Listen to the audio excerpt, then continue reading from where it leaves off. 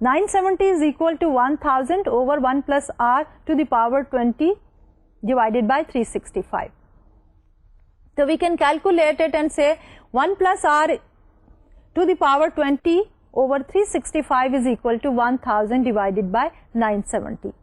So our r is going to be equal to 1000 divided by 970 to the power 365 divided by 20 minus 1 is equal to 74.35%.